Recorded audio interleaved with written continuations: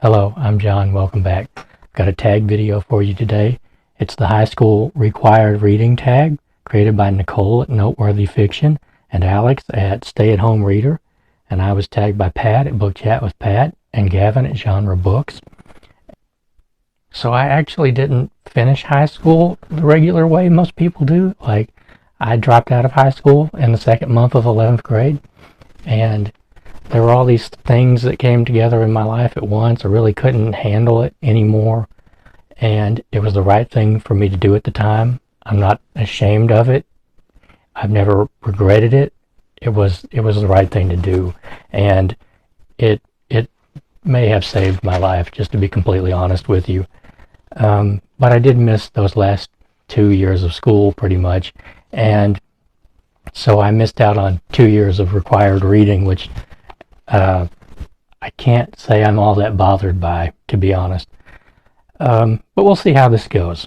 So I might even show you a picture of what I looked like when I was 17 or so. But anyway, number 1, high school crush. Name a book that you were assigned in high school and loved at the time. Have you reread it, and did it hold up?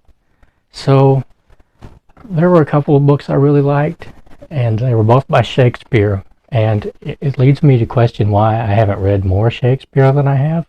But it was Julius Caesar and Romeo and Juliet, and we read those aloud as a class. I mean, they're not really books, they're plays, but we read them aloud as a class, and it was a lot of fun. And then we watched the Romeo and Juliet movie, the one with Michael York, and that was really good. I've always remembered that scene with Michael York, the sword fight between Tybalt and Mercutio, and in the movie at least, the Michael York, I can't remember who was who, it's been so long, 16, 17 years, but when Michael York accidentally stabs the other guy, he gets this look of horror on his face, because they're kids and they were just screwing around, but he's killed the other person, and that moment is just spectacular. I mean, he just played that so well,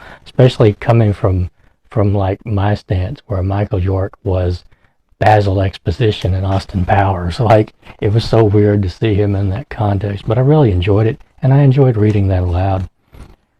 Number 2, gym class. Name a book you were assigned that you hated. Have or would you give it a second chance?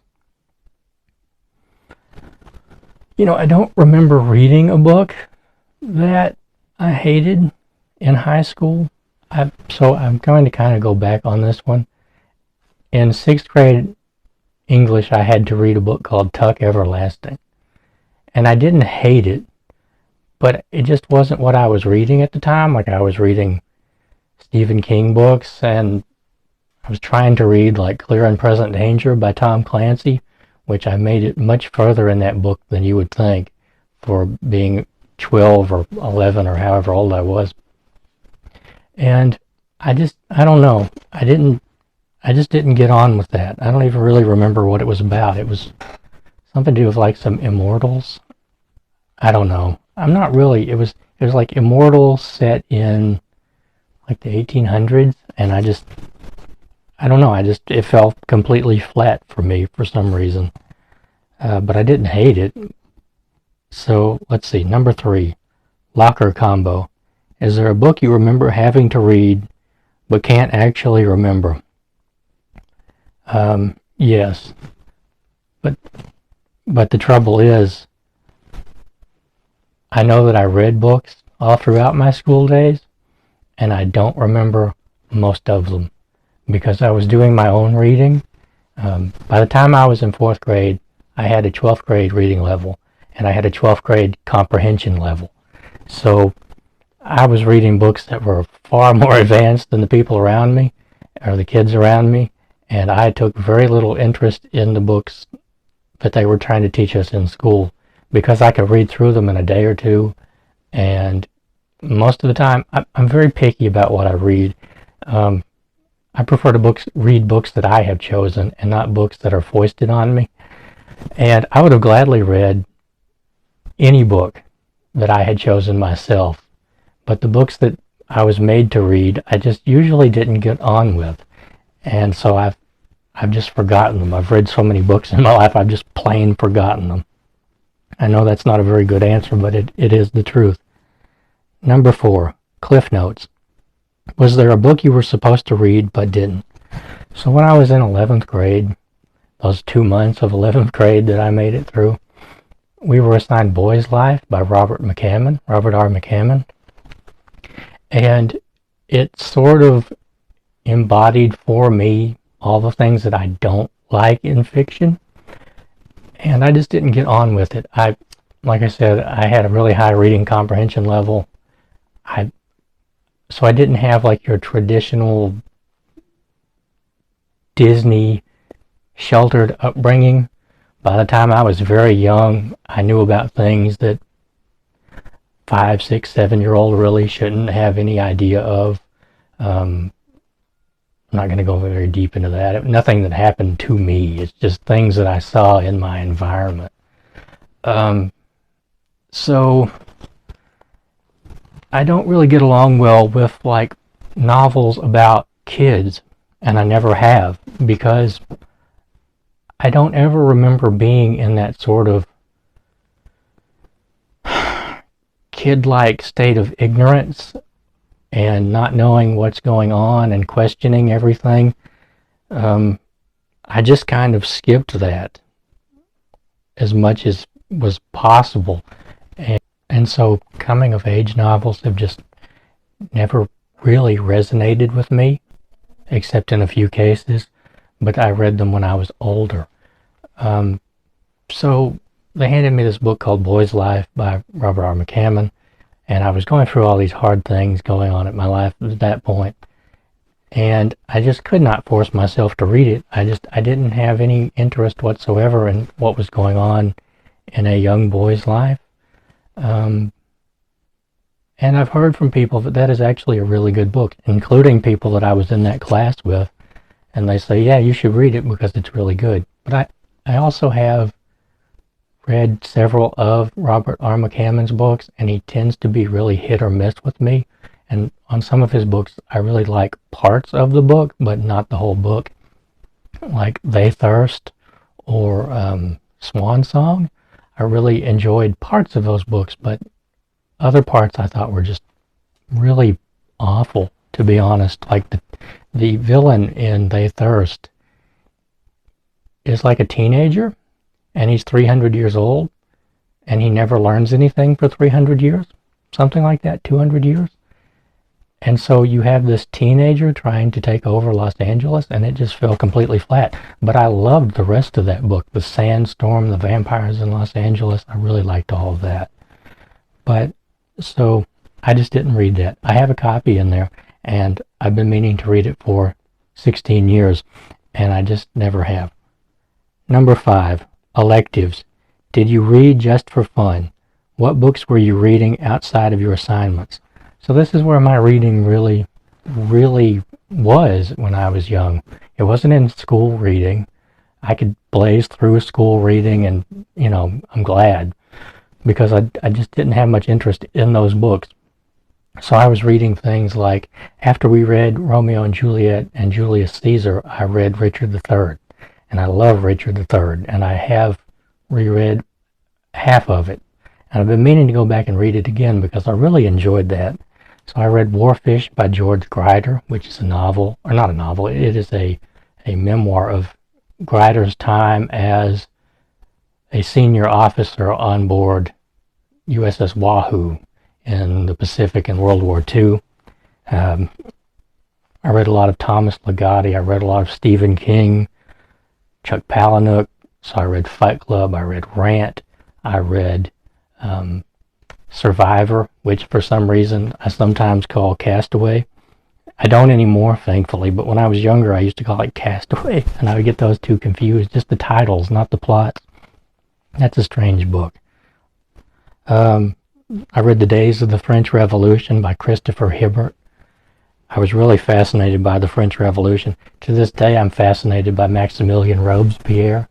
I've always wanted to read a biography of Robespierre, and I have never found one. Well, that's not true. I found one time, but it didn't look very good. Like, I went through it, and it seemed really dry, and it just wasn't what I wanted. I probably should have got that anyway. I read The Inferno by Dante. Let's see. And I carried around this book called Basic Writings of Existentialism, edited by Gordon Marino. And it was a big modern library book with a gold and black cover. Or, well, they're kind of bronze rather than gold, but it had like a picture of a foggy lake with a dock in the middle that wasn't connected to anything. Black and white picture. And it had like Nietzsche, Kierkegaard, I can't remember if Heidegger was in it. It's been so long. I spilled water on it, and it puffed up like a balloon and smelled bad, and I had to get rid of it because it had molded, and every time I would open it, it would make my eyes water.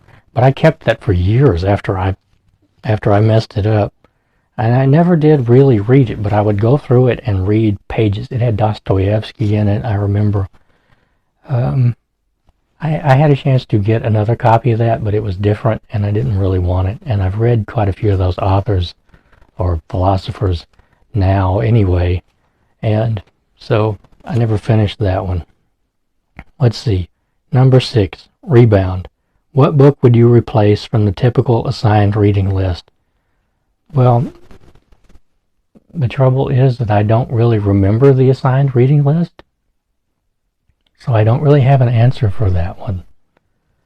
And I don't know. I don't really like to make recommendations for people without knowing the person, knowing their likes, knowing their dislikes. I would think that it's really hard to make a school-wide decision on what, or statewide decision on what kids are going to read, because I feel like it would be much better to have books, to have mini books, and let the kids read whatever they wanted. But I realize that doesn't really work in a classroom situation where you need to focus on one book so everybody's on the same page. So I don't really have an answer for that. I wish there was more.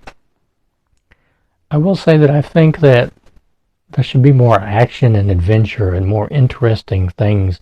I feel like a lot of the reading that I had to do tended towards the domestic side of life. And I don't know about you, but when I was young, that bored me to tears.